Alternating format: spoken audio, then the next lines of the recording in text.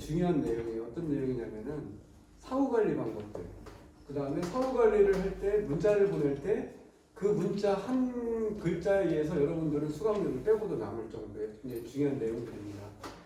오늘 2주차 진행하도록 하겠습니다. 오늘은 전체에 나눠졌던 그 아파트 담보대출 브로셔의 쇼더 플랜하는 방법, 그 다음에 주택 투자가 다 좋은 것만 아니에요. 위험과 리스크에 대해서 한번 알아보고, 그 다음에 이제 GPL 투자의 여러 가지 근저당권 이전, 낙찰 예상, 배당표 작성하는 것도 좀 한번 보고, 그 다음에 자서 받는 법, 사후 관리, 개인회생 가문가 들었을 때 처리하는 방법, 그 다음에 GPL 물건 생성하는 방법.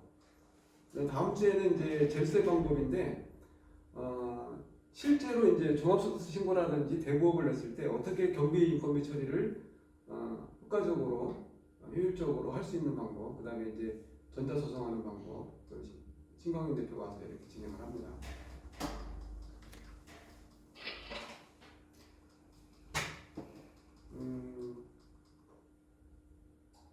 이 부의 인문학의 맨 마지막 장에 보면은 이제 수강생들의 후기를 올려놨어요.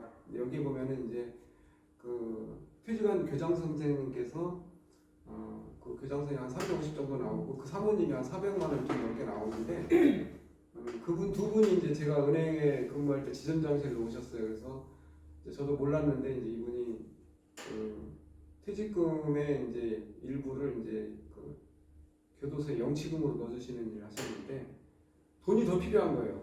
영치금을 넣어줘도 끝이 없는 거예요. 그러니까 영치금은 교도소에 들어가서 이제 담배도 사피고 뭐 여러 가지 가식도 할 수 있는데 가족이 없는 사람은 그걸 못 하잖아요. 그래서 가족이 없는 사람만 도와주는데 이제 기도를 열심히 했더니 나를 만나게 해서 그분이 여기에 한 5억 정도를 투자해서 850만 원 정도가 나오니까 그걸로 더 많은 사람을 도와주는 일들을 한다. 그러니까 우리가 대부업을 한다고 해서 인식이 안 좋은데 우리는 금융업을 하고 있는 거고 어떻게 보면은 개인의 자산 관리와 고객의 자산 관리를 하고 있다는 내용들이라고 보시면 됩니다.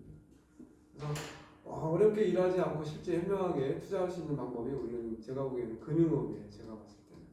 저도 금융기관 31년 근무를 하면서 이 금융기관 하나를 차리는 게 꿈이다 이런 생각을 해봤는데 한 1,000억 정도가 있어야 돼요. 금융기관 하나 차리는데 첫 시간에 말씀드렸듯이 여러분들은 무점포로 금융기관 하나 차렸다는 생각을 하시면 됩니다. 그래서 지금 우리 강의를 들었던 수강생들 중에는 이렇게 이제 세미나 마케팅을 해요. 요즘 보험을 하시는 분들이나 아니면은 기관에 소속되어 있는 분들은 세미나를 통해 세미나 마케팅을 하는데 이런 세미나 마케팅을 통해 투자금을 많이 모으기도 하고 있다. 여기는 이제 어디 강의했냐면은 KB 하나은행에서 이제 그 FP들을 놓고 이제 강의를 해달라고 해서 강의를 했던 내용들입니다.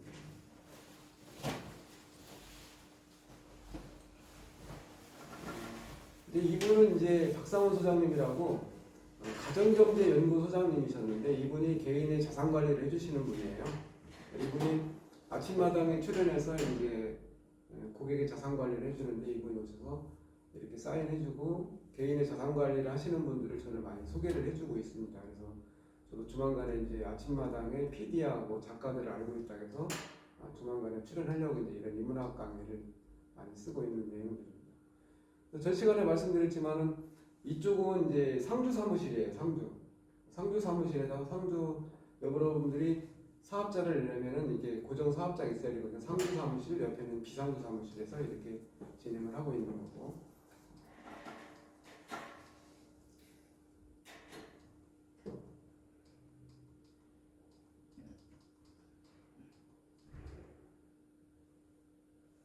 이렇게 이제 수녀님이나 신부님들은 이렇게 많은 돈이 필요 없어요. 매사에 현실에 즐겁고 긍정적으로 생각해보면서 자신의 일을 만족을 하는 분들이지만 우리 같이 일반인들은 돈이 없으면은 굉장히 불편한 생활을 하고 있는 상황이니까 그 불편함을 해소할 수 있는 게 지금의 삶이 아닌가 싶습니다. 저는 이제 퇴직하고 여기에 이렇게 개원식을 했어요. 퇴직하고 2월 6일 날 개원식을 하고 31년 직장에 대한 나의 보상으로 저는 이제 제주도 한 달 살기를 하고 이렇게 와서 이제 지금 강의를 하고 있는 겁니다. 기존에 이제 수강생도 많이 오고 여기 맨 오른쪽에 있는 분이 이제 전국 MPL 거래소 이은성 대표인데 여러분들이 MPL로 매입을 하거나 MPL로 리모델링 자산가치 상승 투자를 하시려면은 제가 이분을 소개해주면은 여러분들은 NPL 5억 법인이 없이 일정한 수수료만 내고 이분이 물건까지 다 찾아주고 다 할 수가 있어요. 예를 들어 임대 수입을 하고 싶다, 5층짜리 건물을 매입을 하고 싶으면은 이분이 이제 유암코라든지 농협, 농자산, 그다음에 수협, 신협, 새마을금고, 저축은행, 그다음에 일부 이제 자산운용사의 물건을 매입을 해서 이제 여러분들에게 물건을 제공도 해주고 이분도 수익을 내는데 본인 말로는 여기 왔었어요. 여기 와서 사진을 찍은 건데 본인 말로는 전국에 NPL 투자에 5대 천왕이 있는데 자기는 그 5대 천왕에 드는 사람이라고 얘기를 해요. 그래서 이분은 강의를 요청을 해도 강의를 안 해요. 왜냐면 이 내가 고급 정보를 왜 누구한테 알려줘야 되냐. 강의 몇 푼이 중요한 게 아니다. 이렇게 얘기하시는 분도 있고 그 옆에 있는 분은 이제 홍콩 상하이는 캐나다에서 근무했는데 지금 퇴직하시고 우리 강의를 통해서 이제 본인이 투자도 많이 하셨던 분이고 왼쪽에 있는 분은 도미노 피자 회장님이신데 이분도 여기 한 30억에서 50억 정도를 투자를 하셨던 분이에요. 이제 시간적 경제가 자연이 됐던 사람들이죠. 제주도에서 뭐 이렇게 생활을 하고 오니까 나에 대한 보상이고 너무 좋았던 기억이 납니다.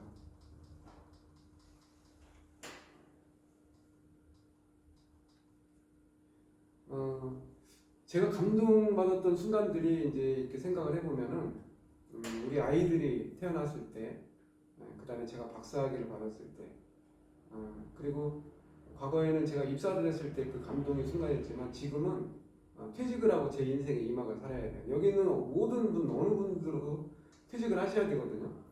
퇴직을 하시면은 새로운 출발을 하셔야 되는데 지금 퇴직하시는 많은 우리 친구들이나 주변의 선배들이 퇴직하고 무슨 일을 할지를 고민하고 있어요. 대리운전 하시는 분도 있고 트럭 운전 하시는 분도 있고 이제 그냥 돌기 뭐하니까 이제 트럭 하나를 빌려서 아파트에 수박도 팔고 이런 일을 하시는데 이 투자만 제대로 알았다면 그렇지 않아도 될 텐데 이때는 이제 아이 한 명이 탄생을 해서 대학교까지 가르치는 비용이 7,152만 원이었어요. 이때 자료는 2010년도 자료였어요. 그런데 물가 상승 대비 이 당시에 물가 상승이 2.5에서 3%의 물가 상승이라면은 10년 후, 15년 후의 가치는 4,100만 원밖에 안 돼요. 근데 지금 현재 시점에 아이 한 명을 키워서 양육을 해서 대학교까지 가르치는 데 6억 2,600만 원. 내 수입의 54%가 아이한테 들어가요. 그래서 요즘은 현명한 부모님들은 아이를 대학을 원하지 않는 아이들은 이 돈을 모았다가 아이들 뭐 커피숍을 차려준다든지 이런 역할을 하죠. 근데 지금 이제 제가 제 강의를 들었던 많은 분들이 아버님들이 그분의 아드님들에게 이 돈을 10억 원을 주고 이 대부업을 금융업을 하라고 시켜요. 지금 그렇게 하시는 분들이 있어요. 실제로 저도 이제 임플란트를 많이 했는데 임플란트를 하나에 35,000원씩 수입을 해서 이제 치과 협회에 이제 납품도 하고 본인했는데 이분은 이제 해외 유학 대학원까지 나왔으면서도 본인 수입이 실제 뭐 만족스럽지가 않으니까 이 아버님이 이제 그 유치원 원장님이셨는데 30억 정도를 아들한테 줬어요. 30억 정도를 줬고 그 다음에 아버지는 아들한테 이자를 4%를 받아요. 그리고 이제 이 아들이 이제 수입도 일정하고 이제 하니까 결혼을 했는데 처음에는 이분 아버님이 줄 때 5억을 가지고 투자를 해서 여기 했으니까 다 제하고 연봉이 한 1억 5천 정도가 됐어요. 지금은 이제 금액이 더 늘어났죠. 그래서 여러분뿐만 아니라 여러분 자녀에게도 이 자산 관리에 대한 금융을 연결해줘도 괜찮다는 생각을 해봅니다. 아파트가 이렇게 오르기도 하고 내리기도 하고 어떻게 우리는 알 수가 없어요. 우리가 지금 가늠하기는 쉽지 않아요.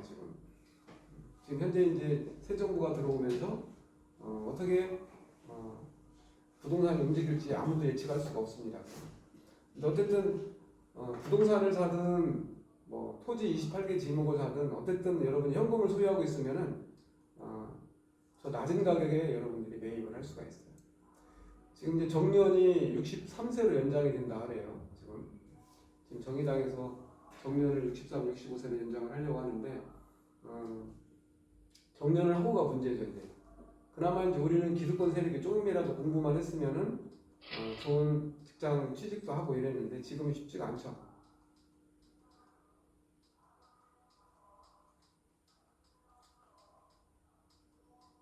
그래서 이제 여러분들이 주목해야 될 이제 GPL 투자 오늘 실제 수익을 얻는 방법도 중요하지만 사후관리, 그다음에 리스크를 피해가는 방법을 생각을 하셔야 됩니다. 이거는 이제 3억 2천 투자를 했는데 1순위로 투자를 했어요. 자 이제 처음 오신 분도 있으니까 이 물건 보는 방법 다시 한번.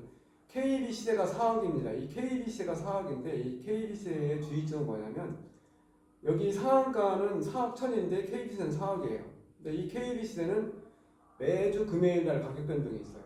그러니까 여러분들이 아파트 가격 떨어지면 어떻게 하지? 이 고민이 여기서 해결을 할 수 있는 첫 번째는 저번 주 금요일 날 이미 그러니까 이틀 전, 3일 전이죠. 3일 전에 이미 KBC의 가격 변동이 있어요. 아파트 가격이 떨어졌으면 떨어진 가격이 반영이 된 거예요.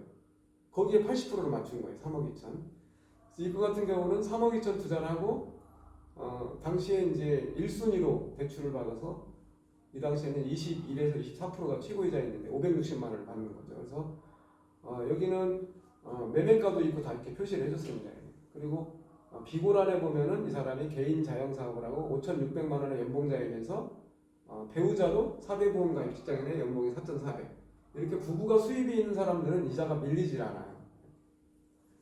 그리고 제 친구가 이제 순천에 있는데 순천에서는 지금 아파트 붐이 일어나서 개발이 많이 되고 있다. 그래서 GPL은 1순위도 있고 2순위도 있다라는 거 기억을 해주시고, 그리고 맞벌이 부부 하는 사람이 좋죠. 자, 이 건 같은 경우도 전 시간에 잠깐 다뤘는데 5억 8천이에요. 제가 투자했던 건이 5억 8천. 1순위로 5억 8천. 이거는 85가 넘었어요.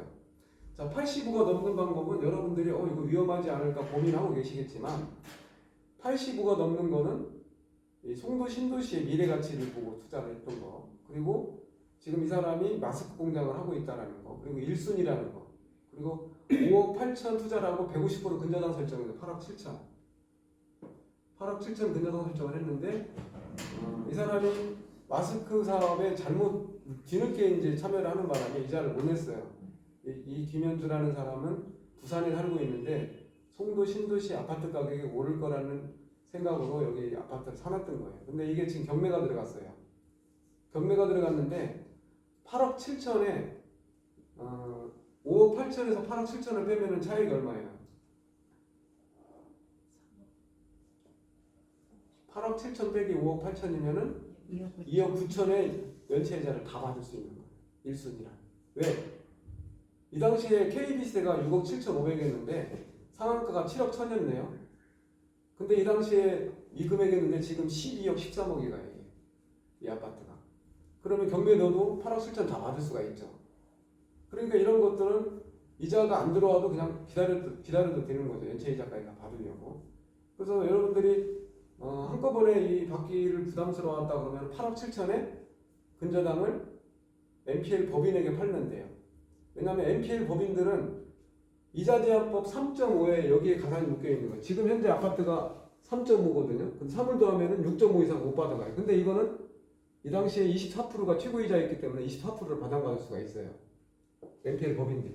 그러니까 이런 것들은 서로 사가려고 하죠.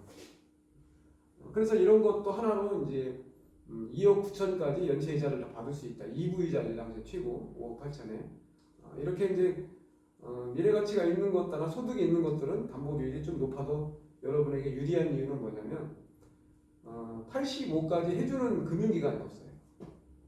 그러니까 대환이 안 되죠. 3개월, 4개월만 회수가 안 돼요. 그러니까 부부가 정상적인 직장을 가지고 있고 그 다음에 소득이 있는 사람이라면 좀 더 높은 담보비율이 돼요. 그리고 이런 거는 이것도 지금 85.92가 나간 거예요. 이것도 지금 경매 신청이 됐어요. 이것도 지금 24% 이자를 받을 수 있는 거예요. 이것도 1순위로 나갔는데 이것도 송도 신도시.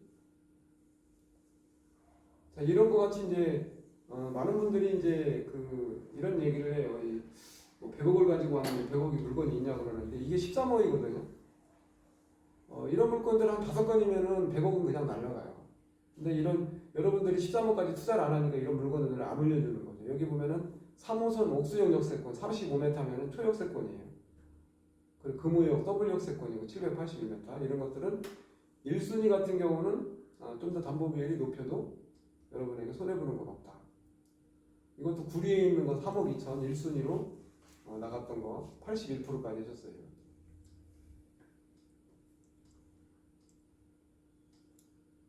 저도 이제 여기 보면은 저도 이분한테 신용대출을 받았거든요. 이분에게. 지금 우리나라의 시티은행이 다 철수를 했어요. 왜냐하면 우리나라에 금리가 낮다 보니까 먹을 게 없다고 그래가지고 다 철수하고 있는 추세예요. 외국 기관들이. 그래서 지금 정책적으로 정책 포퓰리즘을 하시는 분들이 왜 조달금리에 대한 상식은 모르고 왜 자꾸 금리만 낮추려고 하냐. 그러니까 외국 자본들이 다 떠나고 있지 않냐 이런 내용이에요. 그래서 저도 이분에게 제가 직장 다닐 때 직장인 신용대출을 1억 3천을 대출을 받았어요. 1억 3천. 여기 가지 않고 이분이 은행 지점장실에 와가지고 직접 노트북으로 사인해가지고 바로 전송을 해주더라고요. 1억 3천 가지고 이 당시 금리가 3.5였거든요. 3.14부터 했는데 3.5 대출 이자를 받아서 너는 20%짜리 운영을 했죠. 그 차이는 내가 먹는 거죠. 이 건 같은 경우는 이제 우리 수강생 중에 이제 NPL로 수입을 내다가 제한금리 플러스 3% 묶이다 보니까 그분이 대부로 돌아온 거예요. 대부로. 그래서 4천, 3,300, 8천 이렇게 해서 이렇게 건별로 이자 나오는 기간도 20일, 25일 이렇게 진행돼요. 만약에 여러분들이 이 투자를 하셔서 100건, 만약에 30건 정도가 운영이 된다 그러면은 매일 30일자의 날짜를 보낼 수가 없으니까 여러분들 일상생활이 있으니까 딱 15일하고 25일 이렇게 날짜를 끊어요. 그때 맞춰서 내가 이따 이제 그 내용을 보여드리겠지만 그러면 14일날 여러분들은 문자 한번 보내고 24일날 문자 한번 보내면 돼요. 채무자한테 이자에 관한 문자. 그래서 매일매일 보낼 게 아니라 15일하고 25일날 이렇게 끊으면 된다. 이분 같은 경우는 50억 투자를 해서 지금 50억에 24% 이자를 이렇게 받았던 거죠. 그리고 2단계로 그 근저당을 담보로 잡고 대출을 받았어요. 이때는 근저당 또뭐 질권대출에 대해서 40억 정도를 받아서 또 12% 운영을 해서 이 당시에 유동화 수익만 하더라도 4억 8천 정도 수입이 또 나왔다. 지금 고려저축은행은 지금 질권대출 해줘요. 여기도 보면은 연체이자리 대부도 현재 금리 플러스 3% 묶여 있어요. 여기 약정금리 플러스 3% 묶여 있죠. 이렇게. 그리고 중도상환 수수료가 1% 6개월 경과된 거. 그리고 담보비율에 따라 금리가 다르죠. 이렇게. 그래서 여기도 우리 수강생이 부산에서 오셨는데 여기를 얘기하니까 실제 찾아갔어요. 이분이. 그래서 여기에서 50억 한도를 열었더라고요. 지금. 근데 이제 여기 고려저축은행은 좀 특이한 게 신산업체 같은 경우는 담보 제공을 하라고 해요. 담보. 이 사람이 다행히 부동산이 있어서 부동산 담보 제공을 하고 50억 범위 내에 질권대출 한도를 열어놓은 거예요. 그러니까 내가 예를 들어 여러분들이 1억 투자를 했다. 그리고 1억 5천 근저당 설정을 하잖아요. 1억 5천의 근저당을 담보로 잡고 이 사람은 9천만 원을 뽑아서 또 대출을 또 받는 거죠. 유동화 이제 기초자산을 통해 새로운 파생 상품을 만드는 게 유동화다. 지금은 금리가 20% 2020년 2월 8일 날은 20%로 내렸지만 과거에는 이렇게 66%까지도 있었어요. 지금은 이제 뭐 15% 내려오려고 하는 상황도 있는데 그리고 모든 금융기관도 이렇게 이제 금리 인하에 대한 금감원의 공문을 받았습니다. 2021년 7월 7일부터 시행 금리 24에서 20% 인하됩니다. 이렇게 이 이상 받지 말라고 이렇게 써있죠. 여기도 보면은 모든 금융기관은 여신업무 방법서라든지 취급 방법서가 있는데 여기 보면은 연체 금리가 표현이 되어 있어요. 그 이상을 못 받게 되어 있습니다. 그래서 여러분도 만약에 지금 18%짜리 투자를 했다 그러면은 20% 이상을 못 받아요. 지금 현재 금리 최고이자가 20%니까 나중에 거부로 걸리죠. 그래서 지금 국회에서도 12월 달에 민주당 국회의원 31명이 15%로 발의한 상태입니다. 지금 15% 내릴 수도 있고 대한대구협회에서는 20%가 너무 더 낮다, 24% 올려야 된다. 지금 상반된 지금 이 주장들을 서로 하고 있는 거예요. 대구협회에서는 24%를 올려야 된다. 지금 금리도 오르고 있는 추세니까. 근데 국회에서는 15%로 금리 인하하는 상태죠.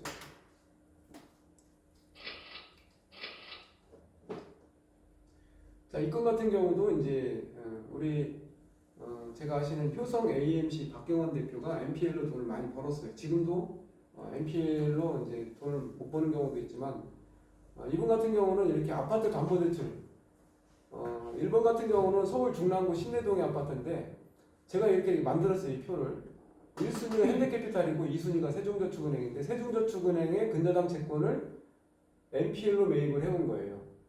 그리고 이 당시에 이자를 받으면서 현대캐피탈이 경매가 들어갔을 때 법정 대리벤제로 1순위를 대환했을 때 이분은 그걸 노린 거죠.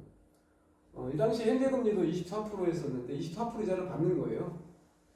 그리고 현대캐피탈이 경매가 들어갔을 때 법정 대위 변제로 가져오면은 2순위와 1순위를 다 수익을 얻을 수가 있었죠, 이 당시에.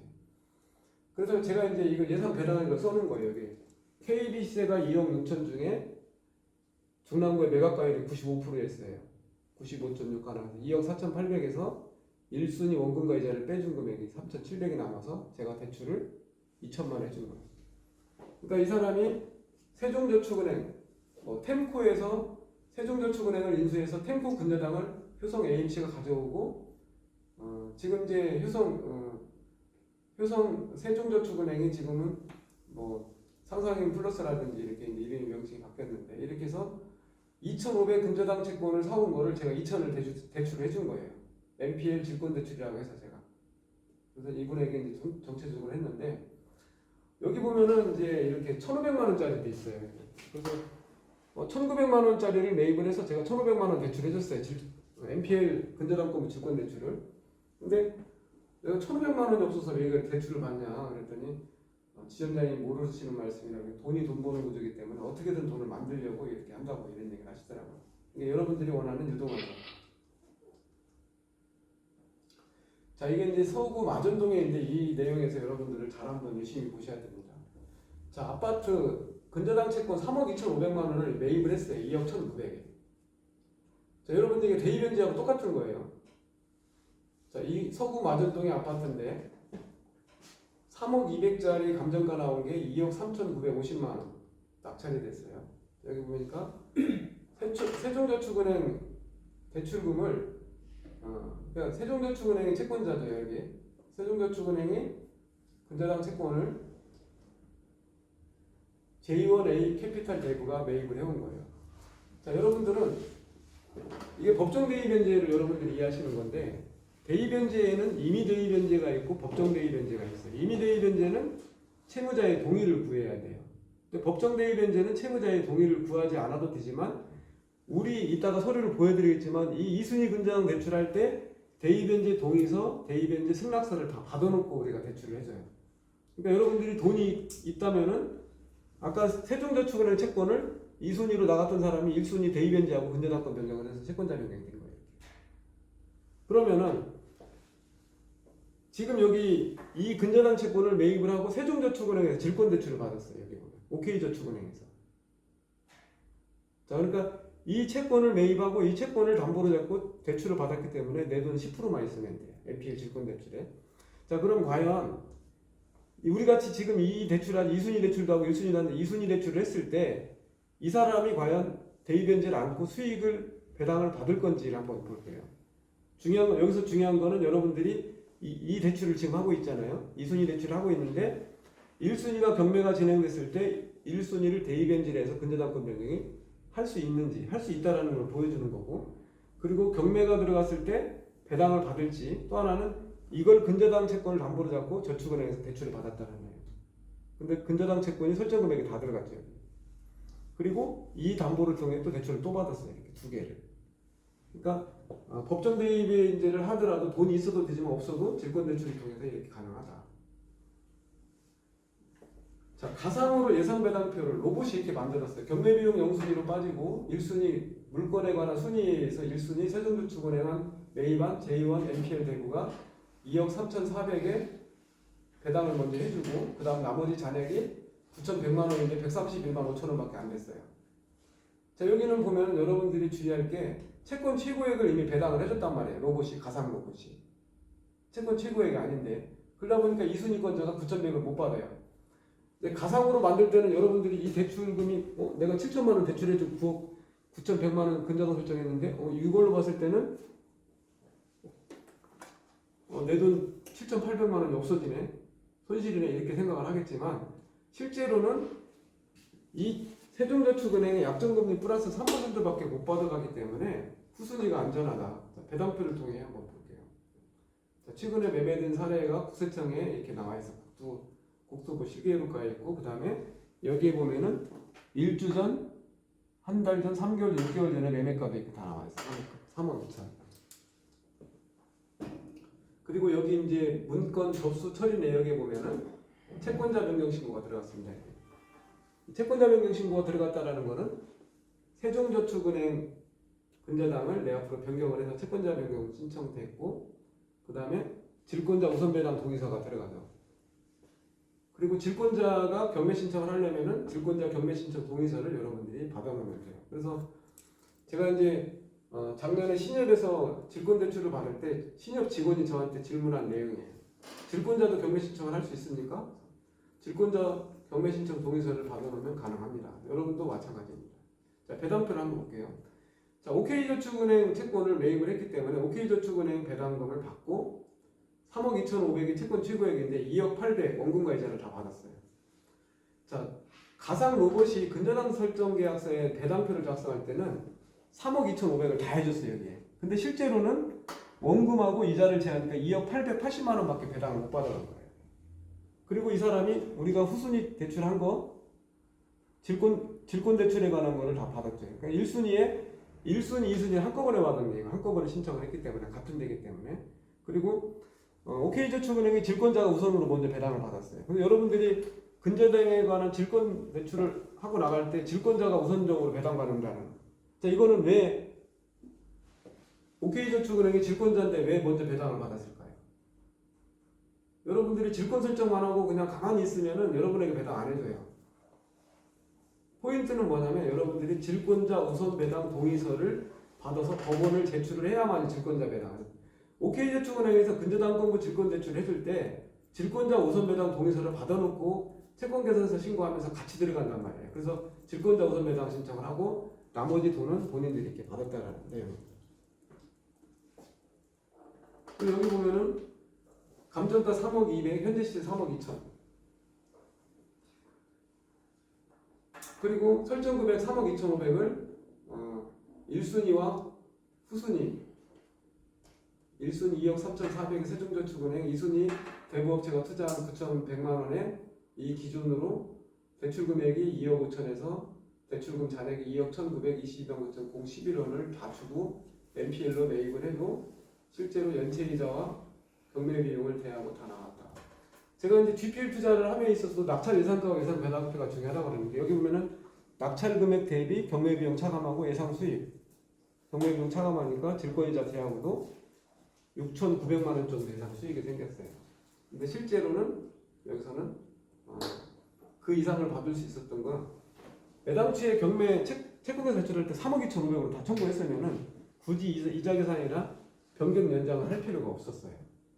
3억 2,500을 청구하는 게 중요하다. 그래서 여러분들이 경매 신청을 하더라도 아직 경매 진행이 안 됐다면은 채권 최고액으로 경매 신청을 다 해야 돼요. 자, 이 사람은 지금 청구 금액이 2억 5,500, 6만 5,296원을 청구를 했잖아요. 이걸 3억 2,500으로 청구를 했어야 된다는 거 원래. 그러면은 3억 2,500만 원만큼의 경매 비용을 다 받을 수도 있었다.